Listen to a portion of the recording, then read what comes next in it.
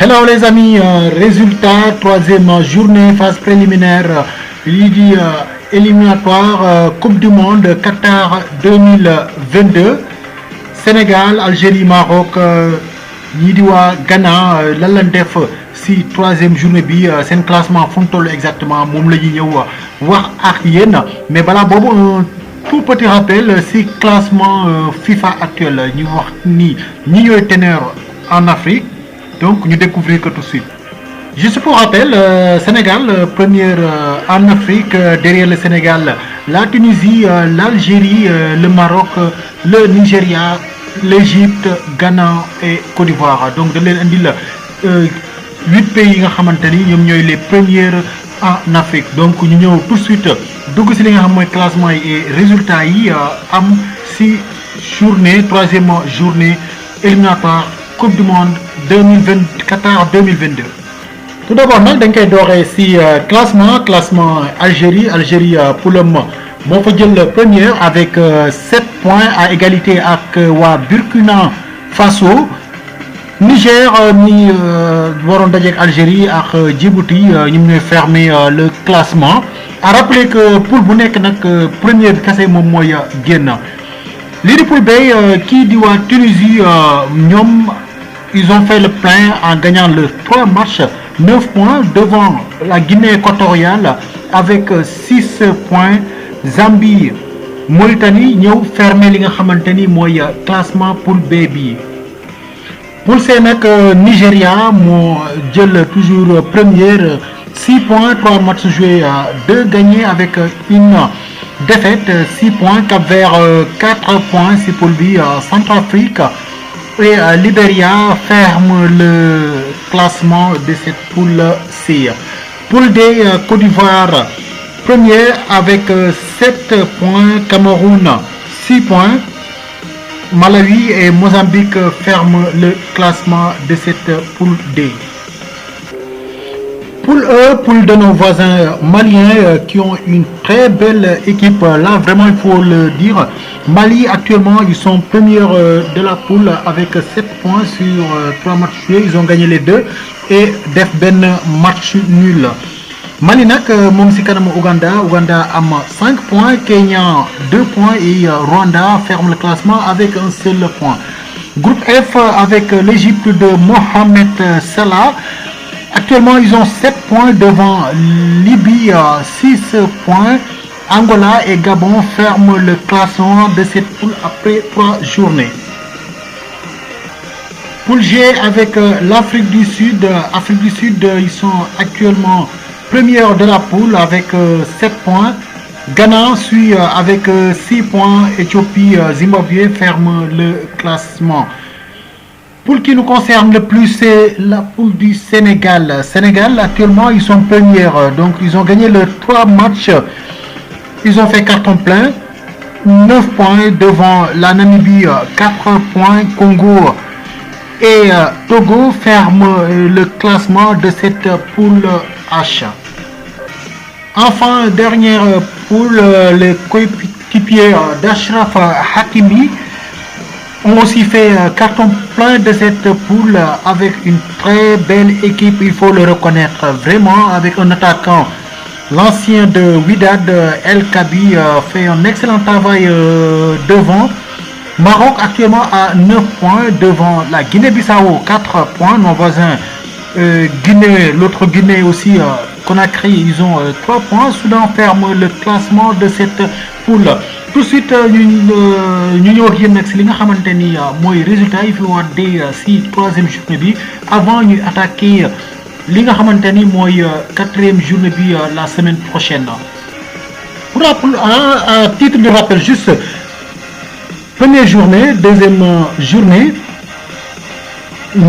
Burkina Faso dafa daan kii di Niger si dëkkam 2-0. Algérie daan Djibouti premier match am 8-0. Djibouti deuxième match mu daan si kanamu Niger 4-2. Burkina Faso Algérie mujjee woon Timbo 1 but partout si seen deuxième match.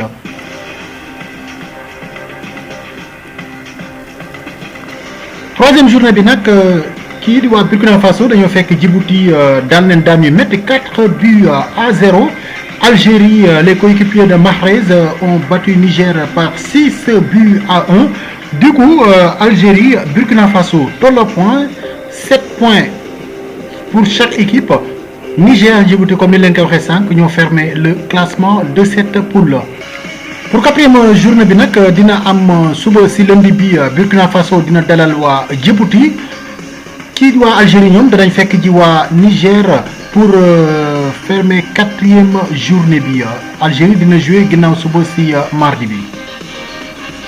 Pour poule B bi Mauritanie sen premier match ñom dañoo daanu si kanamu wa Zambie 2 buts à 1. Tunisie gagné son premier match contre Guinée équatoriale 3 buts à 0. Zambie laggi sen deuxième match à domicile contre Tunisie 2 buts à 0. Guinée équatoriale daan wa Mauritanie par 1 but à 0. Pour le troisième match bi Guinée équatoriale daan Zambie 2 buts à 0. Tunisie daan Mauritanie 3 buts à 0. Du coup, Tunisie n'est à la première place. Prochaine journée, Taïdi si dimanche bi, Zambie, Guinée équatoriale, Mauritanie, Digentemak, Nyokwa, Tunisie. Pour ces République Centrafrique, c'est un premier match Nyokwa Cap-Vert, Daniel Moudjé, match nul, 1 but partout. Nigeria, Dorwa, Libéria, 2 buts à 0. Centrafrique. Daanu si kanamu Libéria 1-0, Cap-Vert daanu si kanamu Nigeria par 2 buts à 1. Troisième journée, Libéria daanu si kanamu Cap-Vert 2 buts à 1 à domicile. Nigeria daanu si kanamu Centrafrique seen biir dëkk 1 but à 0. Vraiment mu doon nekkoon une surprise. Si quatrième journée bi nag tey la war a am. Gis ngeen ni Nigeria daan waa Centrafrique maanaam fayu nañ li leen defoon match aller par 2 buts à 0. Du coup Nigeria du amati 6 points mais plutôt 9 points lay am. En attendant le Cap-Vert ñi nga xamante ñoo ngi war a jouer quoi Libéria tey jii match bi moo ngi daw nii 0-0 pour le moment. Poule D ñu reconnaître comme poule de la mort Côte d'Ivoire Cameroun. Côte d'Ivoire nekk si col ba fu mu toll nii. Premier match bi Mozambique nul Côte d'Ivoire 0-0. Cameroun dan Malawi 2 buts à 0. Deuxième match, deuxième journée, Côte d'Ivoire dan Cameroun 2 buts à 1. Malawi dan Mozambique 1 but à 0. Troisième journée, Nidwa Côte d'Ivoire dan Malawi 3 buts à 0. Cameroun dan Mozambique 3 buts à 1. Quatrième journée bi nak dina am suba si lundi bi diggante Mozambique ñuy recevoir waa Cameroun. Côte d'Ivoire dana dalal waa Malawi. Côte d'Ivoire nag fu mu toll nii moo nekk à la première place devant le Cameroun. Poule de Mali fu mu toll nii nag moo jël pi premier match Mali première journée Mali daan Rwanda 1 but à 0. Kenya nul ak Ouganda 0 but partout. Rwanda nul ak Kenya 1 but partout. Si deuxième journée bi Mali fekk Ouganda nul ak moom aussi 0 but partout. Troisième journée Rwanda daanu si kanamu Ouganda seen dëkk 1 but à 0. Mali vraiment daan Kenya daan ñu metti 5 buts à 0. Quatrième journée bi nag joué nañ ko aussi tey jii si dimanche bi Ouganda daan Rwanda 1 but à 0. Kenya fekki autant pour moi Mali fekki Kenya dóor ko 1 but à 0. Mais il faut reconnaître que Mali a une très belle équipe. Mali première, Ouganda deuxième. Actuellement Mali ils ont 10 points avec quatrième journée bi. Ouganda a 7, autant pour moi 8 points.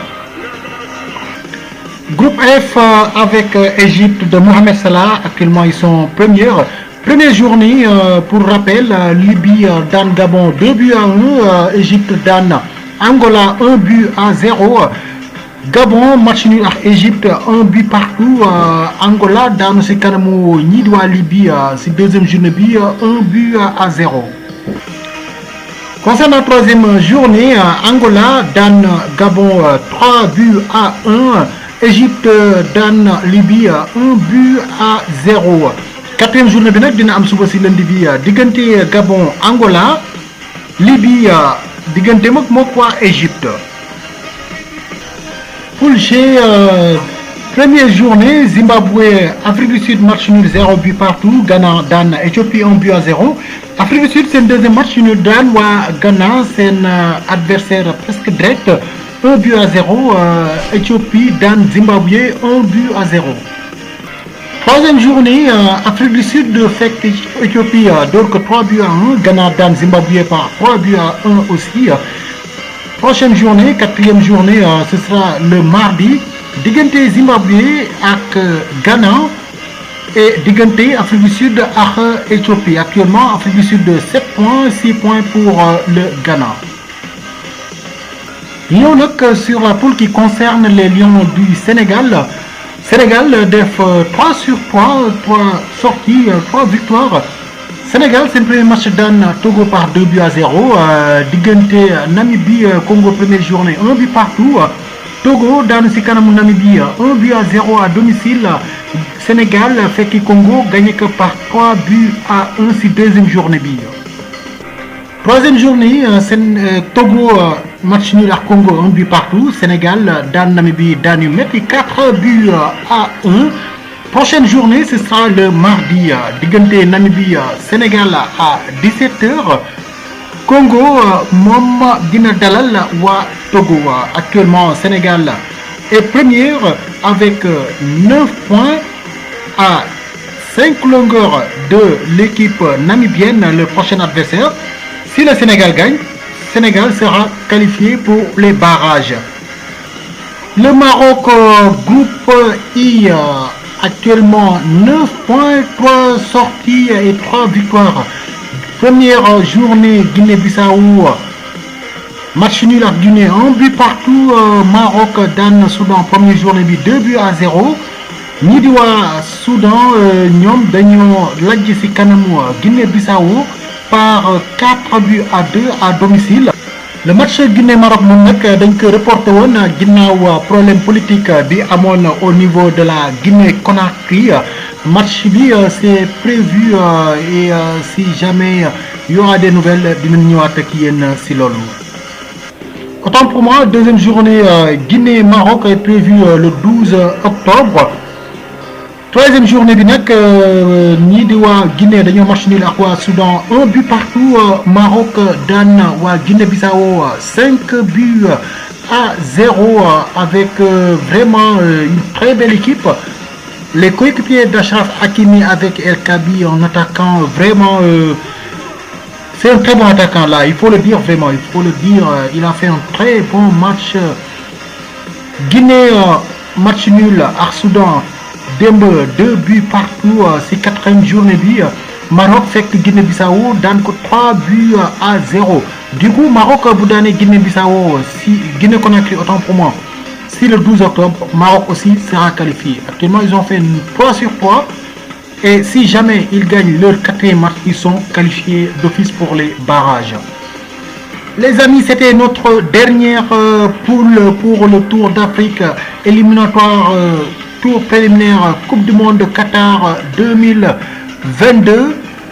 Souhaitons bonne chance aussi à nos Lions pour ce match contre la Namibie le mardi et pourquoi pas les barrages, sortir des barrages pour se qualifier à Qatar 2022. Je vous remercie, je vous souhaite de passer une excellente journée au passage et prenez soin de vous. Au revoir.